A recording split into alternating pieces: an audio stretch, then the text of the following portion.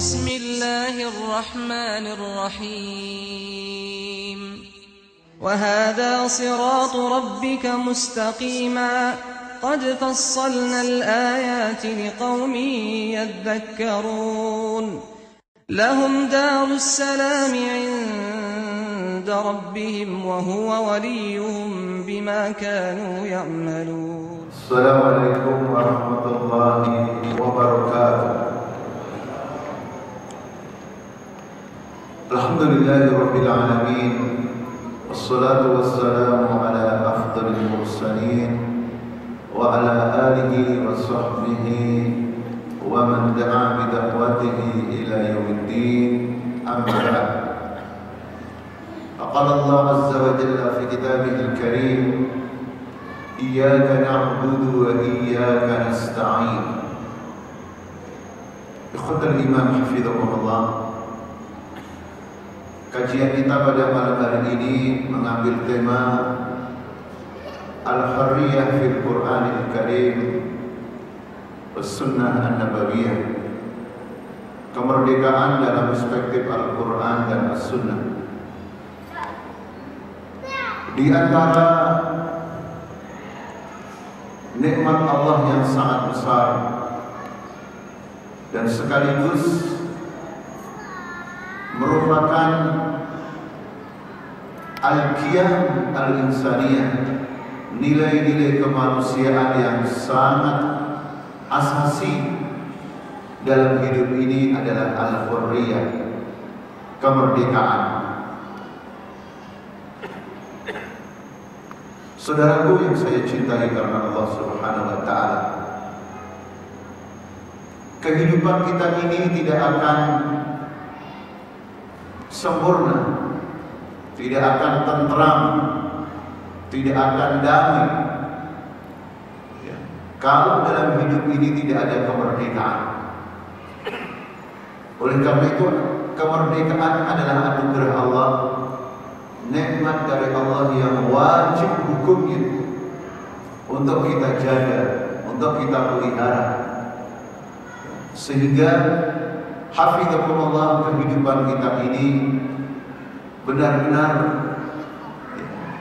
kita bisa melaksanakan tugas yang sangat besar dari Allah Subhanahu wa Ta'ala. Pertanyaannya, bagaimana cara membangun dan sekaligus menjaga kemerdekaan yang merupakan anugerah Allah, di mana sendi-sendi kehidupan ini tidak akan tegak kalau tidak ada kemerdekaan. Banyak hak umat manusia yang dirampas ketika manusia telah merampas kemerdekaan. Apa saja yang harus kita perhatikan agar kita sebagai manusia, apalagi umat Islam, benar-benar merdeka. Merdeka dalam berakidah, merdeka dalam beribadah, merdeka dalam berakhlak, merdeka dalam bersyariat, merdeka di dalam berbangsa dan bernegara. Nah, setelah kita mentadabburi ayat-ayat Quran dan Sunnah Nabawiyah, ditambah dengan kekayaan dari salafus salih dalam kehidupan ini, maka kita jumpai kiat-kiat agar kita benar-benar merdeka dalam hidup ini. Yang pertama adalah al-ubudiyyatu lillahi wahdah. Pengabdian kita yang hanya kepada Allah Subhanahu wa Ta'ala, atau kita beribadah ini hanya untuk Allah Subhanahu wa Ta'ala, seperti ayat yang sering kita baca dalam Al-Fatihah yang berbunyi iyyaka na'budu wa iyyaka nasta'in. Sekali lagi Bapak Ibu, bunyinya iyyaka na'budu wa iyyaka nasta'in, bukan na'buduka wa nasta'inuka. Di sini didahulukan al-maf'ul bihi, baru fi'il dan fa'il. Di dalam bahasa Arab, ketika ungkapan itu tidak mengandung nilai balaghah, nilai ketinggian bahasa, maka susunan yang biasa itu adalah fi'il, fa'il, maf'ul. Kata kerja, pelaku, baru kata penderita. Tetapi di sini dibalik, maf'ul bihnya didahulukan, sehingga bunyinya iyyaka na'budu. Dengan demikian maknanya adalah hanya kepadamu ya Allah, hanya kepadamu na'budu kami beribadah. Jadi ketika seorang manusia hanya menjadi budaknya Allah Subhanahu wa ta'ala, maka ketika itulah dia mendapatkan anugerah Allah yang sangat mahal yang bernama kemerdekaan. Karena dirinya jelas dalam hidup ini hanya menjadi budaknya Allah. Dia tidak akan dijajah oleh manusia. Apakah manusia itu atasannya, atau itu bosnya, pemimpinnya.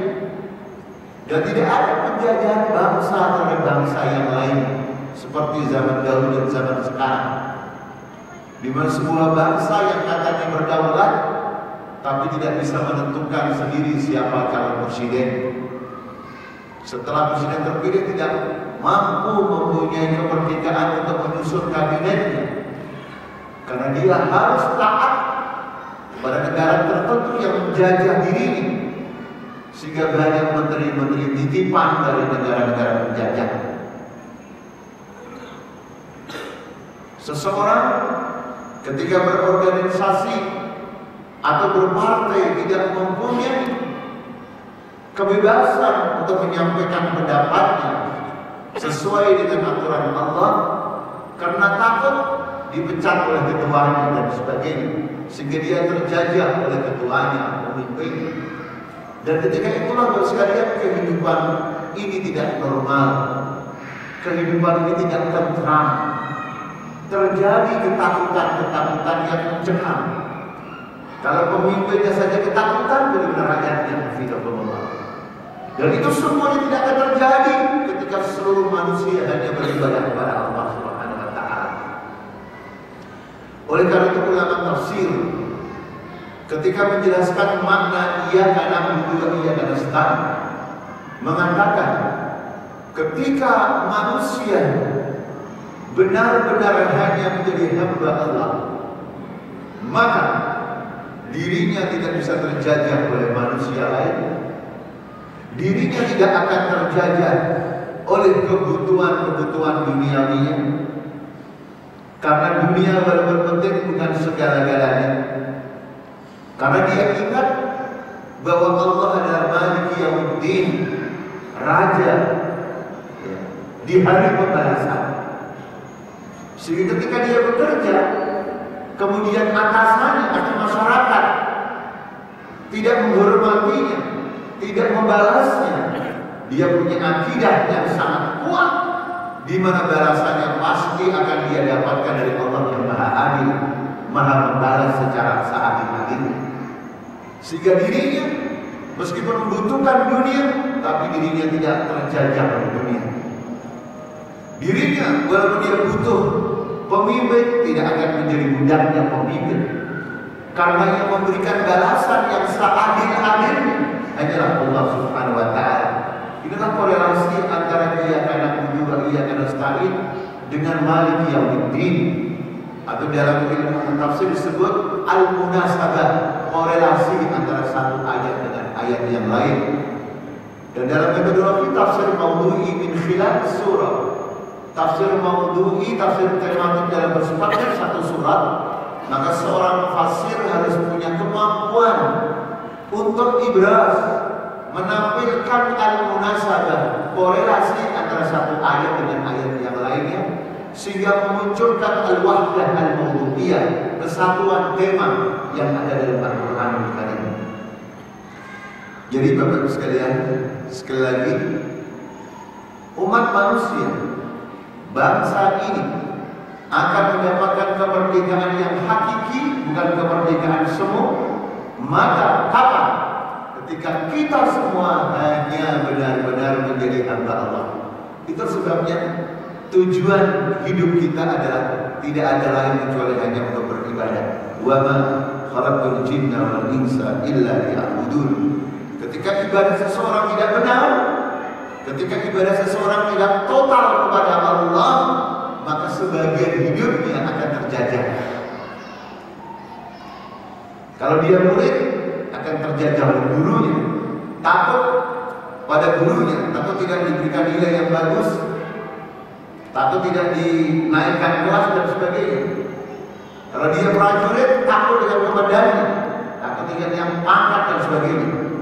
Kalau dia kepala negara, takut tidak dibantu ekonominya, tidak dibantu militernya, sehingga akhirnya yang ibadah Allah, manusia menjadi budaknya manusia, bukan menjadi budaknya Allah Subhanahu wa Ta'ala. Inilah yang pertama adalah al-ubudiyatu lillah. Yang kedua, bagaimana Bapak Ibu sekalian agar kita bisa menjaga anugerah Allah yang sangat mahal ini, yang bernama al-hurriyah, kemerdekaan. Yang kedua adalah at-tawakkul 'ala Allah wahdah. Kita hanya bertawakal kepada Allah. Kita hanya bertawakal kepada Allah. Makanya di dalam ayat-ayat Al-Quran, ketika berbicara tentang tawakal, itu sering redaksinya pakai adatul hasr, alat untuk membatasi sama dengan ibadah. Di antaranya adalah dengan at-taqdim wa takhir, mendahulukan dan mengakhirkan. Yang di antara fungsinya adalah al-hasr, membatasi, mengkhususkan. Contoh ada dalam surat Al-Anfal ayat 3 atau ayat-ayat dari awal surat Al-Anfal, dari yas'alunaka 'anil anfal sampai innamal mu'minun alladzina idza dzukirallahu wajilat qulubuhum wa idza tuliyat 'alaihim ayatuhu zadatuhum imana wa 'ala rabbihim yatawakkalun. Bukan wa yatawakkaluna 'ala rabbihim, sehingga maknanya adalah dan mereka hanya bertawakal kepada Rabbnya, pada Tuhan. Itu maknanya berbeda dengan kalau diucapkan, dan ini bukan Quran, karena Quran tidak boleh diande-ande. Kalau ada orang mengatakan wa yatawakkaluna 'ala rabbihim, dan mereka bertawakal kepada Tuhannya, itu ada kemungkinan tawakal pada yang lainnya juga. Tetapi kalau dibalik, jar majrur didahulukan baru fi'il dan fa'il, yaitu wa 'ala rabbihim yatawakkalun, sehingga maknanya dan ya, hanya kepada Rabbnya mereka bertawakal. Apa itu at-tawakal? At-tawakkulu, orang Indonesia menyebut tawakal, bahasa Arabnya at-tawakkul. Apa itu tawakal?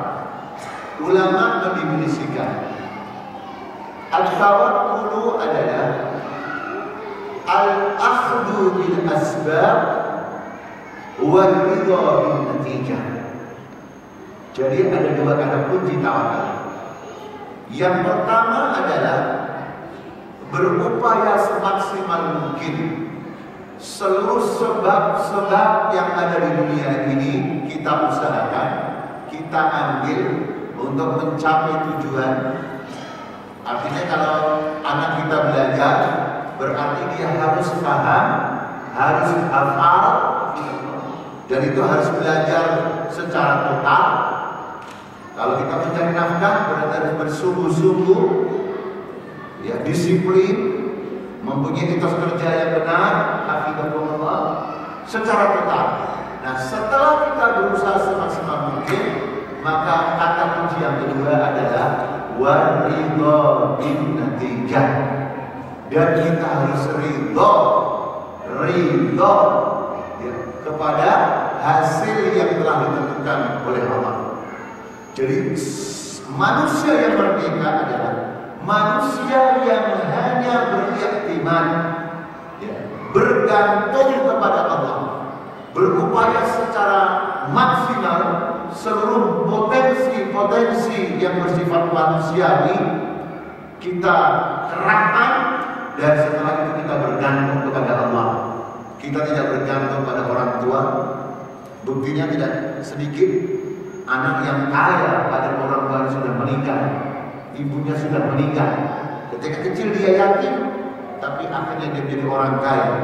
Satu bukti bahwasanya yang memberikan kekayaan bukan orang tua. Tidak sedikit orang biasa-biasa saja tidak punya keturunan sebagai penguasa, tapi juga suatu saat dia menjadi penguasa, pemimpin dan sebagainya. Artinya masalah sekalian, ya, iktimat kita harus hanya kepada Allah. Tidak boleh kita sebagai kaum muslimin atau manusia secara umum iktimatnya kepada manusia, kepada negara tertentu, kepada bangsa tertentu, kepada orang yang dipercaya. Tawakal kita hanya kepada Allah, sehingga orang yang seperti ini tidak mudah dijajah. Bapak Ibu masih ingat kisah, lebih tepatnya sejarah yang luar biasa yang dialami oleh Raja Saudi Arabia yang bernama Faisal rahimahullah ketika diancam oleh Amerika, ya, negaranya mau dihancurkan sehingga minyaknya habis. Apa kata beliau? Saya sudah terbiasa dengan At-Tam al-Aswadain, air dan kurma. Silahkan kalau kalian mau menghancurkan. Beliau hanya bertawakal kepada Allah, kemudian berusaha hidup apa adanya. Di Arab ada air, kalau tidak air Zam-Zam. Di Arab juga ada kurma, cukup dengan Tuhan. Apa yang terjadi sekalian? Ketika beliau tidak bisa diperbudak oleh negara tertentu, hafizahullah, akhirnya beliau syahid, dibunuh oleh negara kafir melalui, ya, keponakannya yang berkhianat kepada pamannya. Tidak takut mati, karena kematian sebuah keniscayaan. Berjuang gak berjuang pasti mati. Sekalian, orang berjuang mati, gak berjuang mati juga. Bahkan kalau matinya dalam perjuangan, Al-Quran melarang kita semua untuk mengatakan mati. Wala taqulu lima yuqtalu fi sabilillahi amwat bal ahya'u walakin la tashkurun. Dan jangan kau katakan kepada orang yang terbunuh di jalan Allah mati. Tidak boleh kamu mengatakan mati. Bal ahya'u, akan tapi mereka itu hidup, walakin la tashkurun, tetapi kamu tidak menyadari, tidak mengetahuinya. Bagaimana hakikat kehidupan bagi orang-orang yang syahid di jalan Allah Subhanahu wa taala. Jadi inilah bentuk sebuah kemerdekaan dari Allah. Sehingga dengan pemahaman seperti inilah para kiai kita, ulama kita, pahlawan dari negeri ini, hafizahullah, siap berkorban dengan apa saja. Karena dia merdeka, tidak bisa dijajah oleh musuh-musuh. Meskipun sebagian bangsa kita pada waktu itu ada yang berkhianat menjadi antek-anteknya Belanda, dan sampai sekarang juga masih ada mengaku bangsa Indonesia tapi bekerja untuk kepentingan asing. Selalu begitu di dunia ini. Di dunia selalu begitu. Ada yang komitmen dengan Islam sehingga benar-benar punya izzah, punya harga diri, punya kemerdekaan. Sementara ada manusia yang lainnya mental ingin dijajah, menyenangkan bangsa lain, menyenangkan penjajah lain dalam seluruh bentuknya. Karena penjajah tidak selamanya kayak zaman dahulu. Belanda harus datang ke sini, tidak harus seperti itu. Sekarang penjajahan bisa dari jarak jauh, secara fisik boleh berpengaruh sangat dekat. Jadi yang kedua, kita hanya bertawakal kepada Allah, tidak bertawakal kepada manusia, pada harta, kepada banyaknya pendukung, pada jabatan, pada negara tertentu, tapi kita hanya tawakal Allah wa ala rabbihim yatawakkalun, sehingga mereka merdeka. Seperti seorang raja Muslim yang tewas dibunuh oleh musuhnya tadi itu, hidup merdeka, meninggal dalam keadaan merdeka, bertemu dengan Allah Subhanahu wa taala yang sangat dirindukan. Karena seorang mukmin selalu rindu ingin bertemu Allah. Itulah bedanya antara orang kafir dengan orang beriman. Orang kafir takut bertemu dengan Allah karena dia tahu dalam kehidupan dunianya selalu bermaksiat kepada Allah. Sementara orang beriman selalu ingin rindu ketemu Allah Subhanahu wa taala. Ini Bapak Ibu sudah dalam surat Yunus. Innal ladzina la yarjuna liqa'ana wa radu bil hayatid dunya wa tamannu biha wal ladzina hum an ayatina ghafilun ulaika ma'wahum an-nar bima kanu yaksibun. Innal ladzina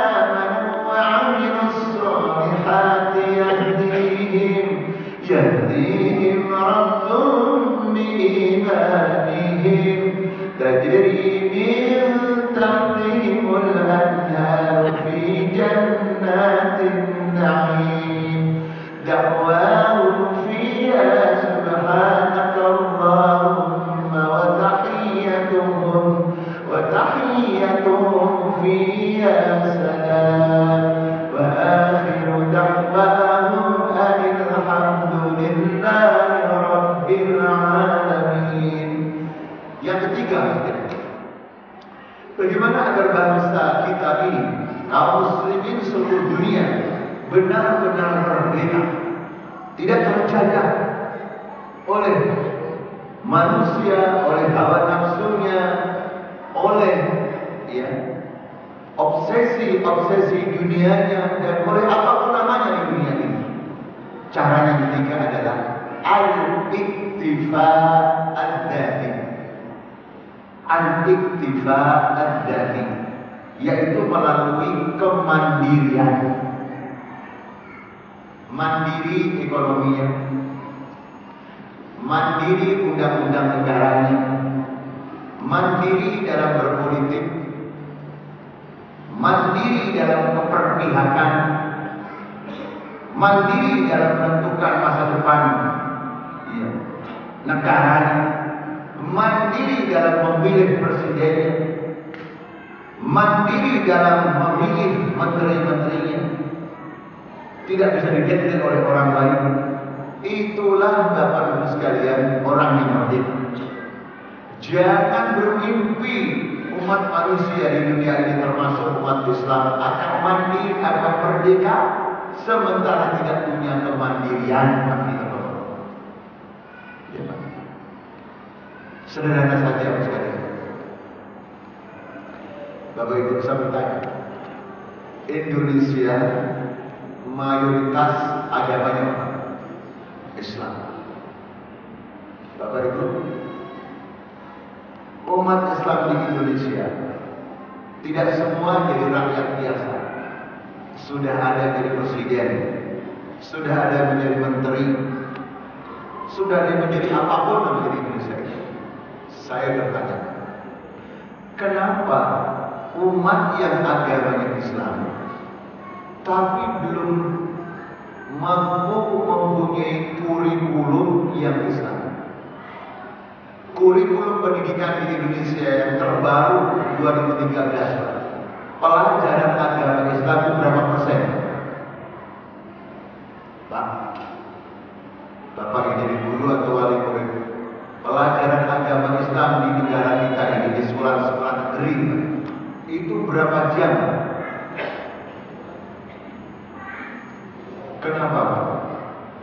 Di negaranya sendiri agamanya Islam, presidennya agamanya Islam, menteri pendidikannya juga agamanya Islam, mayoritas anggota dewannya juga agamanya Islam, tapi kurikulum pendidikannya Islam atau sekuler Pak? Kenapa? Inilah sekali pentingnya kemandirian. Di kalangan kaum muslim masih ada nggak di kalangan kaum muslim sebelum pejabat-pejabat ada nggak di kalangan kaum muslimin kalau punya anak belajar di madrasah, belajar di pesantren yang agamanya banyak, ya Quran, ya Sunnah, ya fikih, ya usul fikih, ya akidah, ya sirah nabawiyah, ya balaghah, ya nahwu, tapi juga belajar bahasa Indonesia, bahasa Inggris, matematika, kimia. Takut kalau belajar agama nanti masa depannya suram. Takut kalau belajar agama Islam atau madrasah Islamiyah, takut nanti tidak diterima menjadi pegawai negeri. Masih ada nama orang seperti itu, Pak? Bapak Ibu, Pak, kalau umat Islam tipenya seperti itu, kalau masih ada umat Islam yang takut dengan Islam, kira-kira calon presiden yang mana yang menang?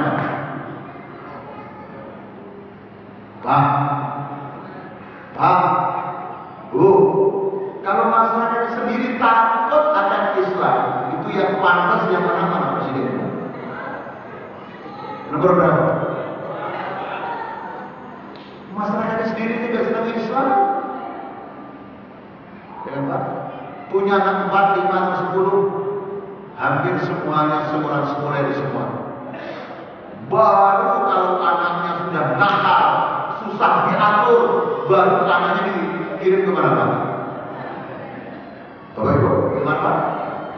Jadi pesantren dijadikan apa Pak? Bengkel masyarakat. Jadi sudah rusak semaput, mau meninggal dunia, baru ditaruh di mana Pak? Takut kalau di pesantren miskin, yang rusak baru ditaruh di. Kalau umat masih seperti itu kualitasnya, sekali lagi Pak, mungkin ya Pak, kita punya presiden yang berpihak kepada Islam.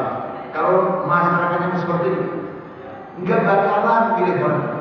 Jadi kalau sekarang seandainya ada orang seperti Umar bin Khattab radhiyallahu anhu, tidak punya dana banyak, kemudian calon presiden nanti tahun 2019, menang atau kalah? Kalah. Nggak seneng orang, nggak bisa diajak dangdutan. Tahun baru tidak bisa diajak apa? Pak, kemarin Idul Fitri sudah dilarang takbiran. Nanti kita lihat tahun baru ada apa tidak? Karena orang-orang yang tidak senang Islam tidak senang mendengar suara takbir. Allahu Akbar, itu ketakutan. Nanti kita buktikan di malam tahun baru mereka itu nanti ada apa kira-kira yang diperbanyak pengajian di masjid atau yang diperbanyak panggung apa? Jangan bermimpi kita akan merdeka kalau kita tidak mempunyai kemandirian, mandiri dalam pendidikan, mandiri dalam politik, mandiri dalam menentukan masa depan negara kita. Hafizahumullah. Nah, saudara yang saya cintai karena Allah,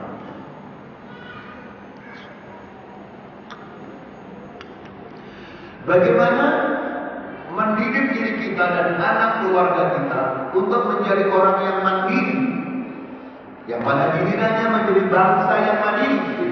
Dan kalau menjadi pemimpin, nanti anak kita pemimpin yang mandiri. Bagaimana caranya? Yang pertama adalah dengan at-tarbiyah. At-tarbiyah. Al-qiyadiyah. Pendidikan yang bersifat kepemimpinan. Jadi setiap anak kita didik untuk menjadi pemimpin. Paling tidak memimpin dirinya. Kalau sudah berumah tangga, memimpin anak istrinya. Ketika nanti di kampus, dia mendidik teman-temannya. Ketika dia menjadi dosen, mendidik mahasiswa-mahasiswanya. Ketika dia di RT RW-nya, mendidik masyarakatnya. Dididik untuk benar-benar umat Islam memimpin dirinya sendiri, tidak boleh dipimpin orang lain. Mana dalilnya? Dalilnya surat Al-Furqan yang sudah sering kita baca. Surat Al-Furqan yang sudah kita sering baca, hafizahullah. Ayat 74, doa yang sangat familiar dengan rumah tangga kita. Walladzina yaquluna rabbana hab lana min azwajina wa dhurriyyatina qurrata a'yun waj'alna lil muttaqina imaman atau makmuman. Imaman, ya Allah, dan jadikanlah kami pemimpin bagi orang-orang yang bertakwa. Jadi kalau yang dipimpin saja orang-orang yang bertakwa, maka logikanya pemimpinnya harus lebih bertakwa. Itu sebabnya hafizahullah, Ali radhiyallahu anhu, menantu Nabi sallallahu alaihi wasallam, ketika mendidik anaknya sejak kecil, Hasan dan Husain, cucu Nabi radhiyallahu anhu, sudah dididik dari kecil. Ya bunayya, la taqud abda ghairika wa qad ja'alaka Allahu hurra. Wahai anak kesayanganku, jangan sekali-kali kamu menjadi budak orang lain, sementara kamu diciptakan Allah dalam keadaan merdeka. Sejak kecil, Pak, sudah dididik orang tuanya harus merdeka. Jangan mau dipimpin oleh orang-orang kafir. Itulah di antara rahasianya, Bapak Ibu. Kenapa sampai sekarang Allah Subhanahu wa taala masih memberikan anugerah yang luar biasa kepada saudara-saudara kita di Palestina, dibunuh setiap hari, tidak ada habis-habisnya. Negara yang dirampok oleh Yahudi, dan Yahudi di belakangnya adalah negara-negara kafir, di belakangnya adalah orang-orang munafik yang membiarkan kaum muslimin dibunuh, tetapi sampai sekarang masih eksis. Alhamdulillah. Logikanya harusnya sudah habis, udah puluhan tahun dibunuh itu.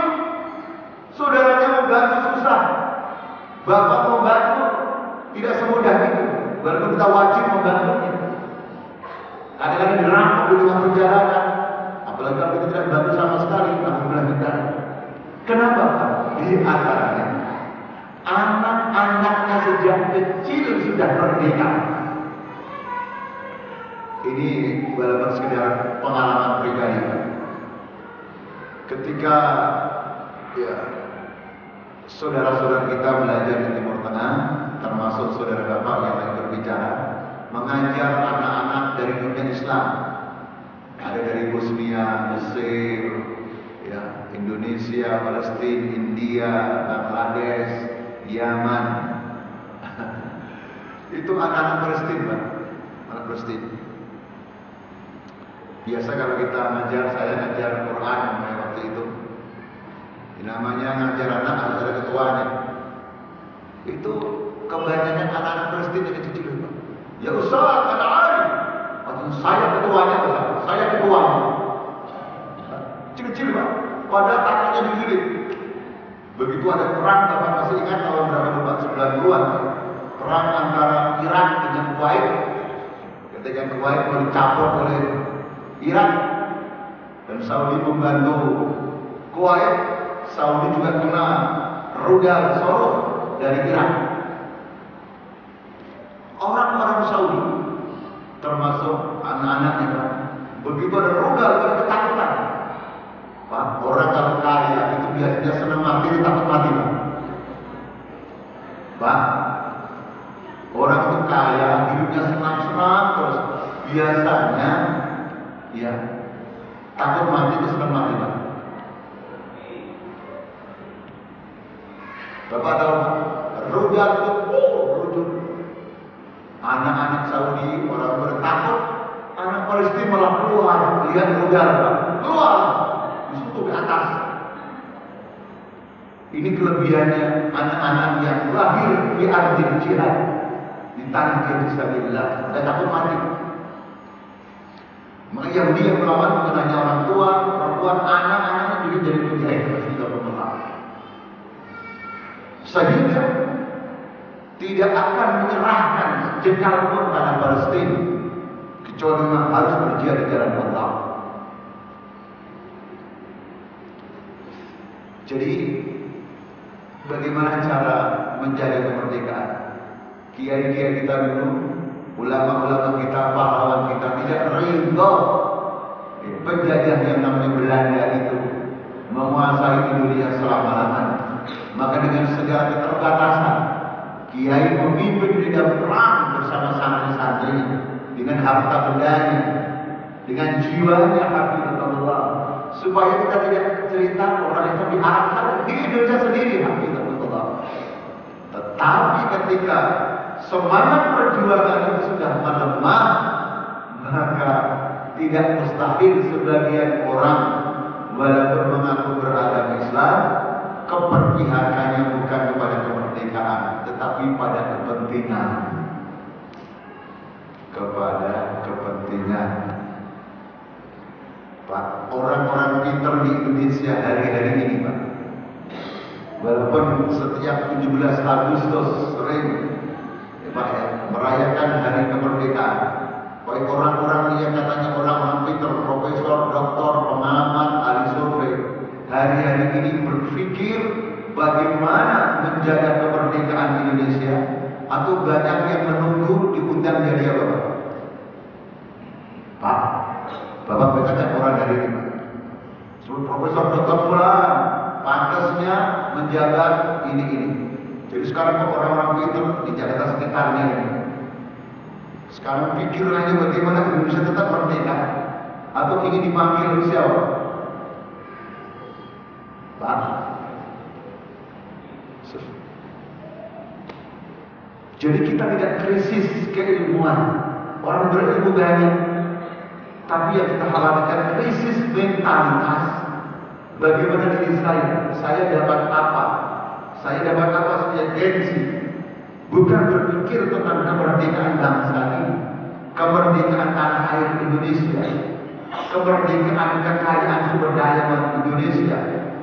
Bukan itu sebagian orang sekarang. Berpikir saya dapat apa kalau saya mendukung dia. Orang mental seperti ini, walaupun dia profesor, doktor, sekalipun hafizahullah, bisa dibayar. Bisa dibayar, termasuk kemerdekaannya juga bisa dibayar.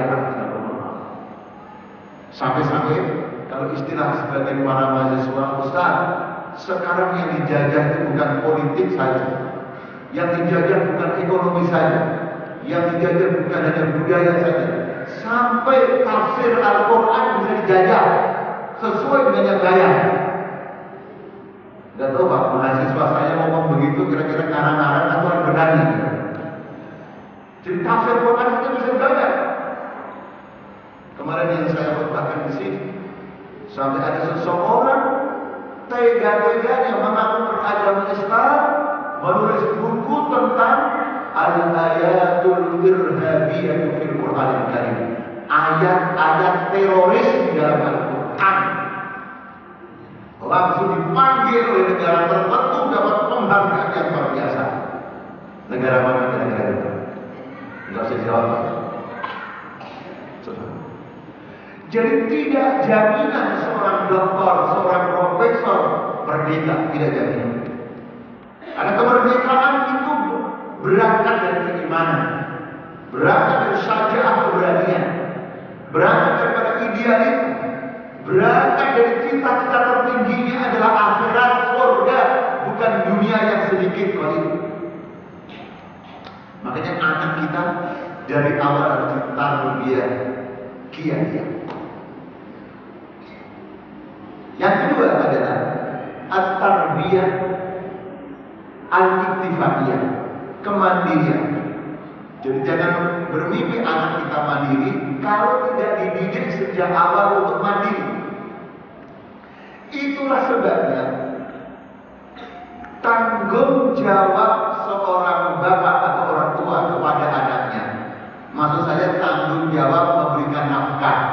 Kalau tanggung jawab mendidik selama-lamanya. Walaupun anak kita sudah berumah tangga, punya kewajiban mentarbiyah, mendidik, mendakwai itu selama-lamanya. Tapi kewajiban orang tua memberikan nafkah kepada anaknya selama-lamanya itu sampai kapan? Bapak Ibu, selama-lamanya sampai kapan dalam fikih Islam? Sampai dia balik. Saya bertanya, anak kita yang laki-laki itu sudah balik rata-rata umur berapa Pak kalau di Indonesia? 15 Pak. Sekarang saya bertanya, anak kita yang umur 15, apakah di SMA, apalagi nanti ketika perguruan tinggi, itu kebanyakannya sudah mandiri ketika belajar kuliah bayar sendiri atau masih dibayar orang tua? Hah? Kuliah dibayar orang tua, kawin dikawinkan, bikin rumah dibikinin. Ya akhirnya gampang ini. Jajan seperti itu hafidhah. Ya. Bapak sekalian, waktu sudah habis. Intinya Bapak sekalian, kemerdekaan adalah anugerah Allah. Oleh karena itu harus kita jaga, kita pelihara. Dengan cara kita hanya beribadah kepada Allah, dengan cara kita hanya bertawakal kepada Allah, dengan cara kita membangun kemandirian, dan itu semuanya harus melalui proses tarbiyah, proses pendidikan. Saudara sekalian, semoga kita semua dan anak keturunan kita termasuk bangsa ini semoga diberikan anugerah oleh Allah kemerdekaan yang hakiki sehingga kita bisa menentukan masa depan kita sesuai dengan yang diridhoi oleh Allah Subhanahu wa taala. Aku qauli hadza wa astaghfirullaha wa kita tutup dengan doa majelis. Subhanakallahumma hamdika asyhadu an la ilaha illa anta astaghfiruka wa atubu ilaik. Assalamualaikum warahmatullahi wabarakatuh.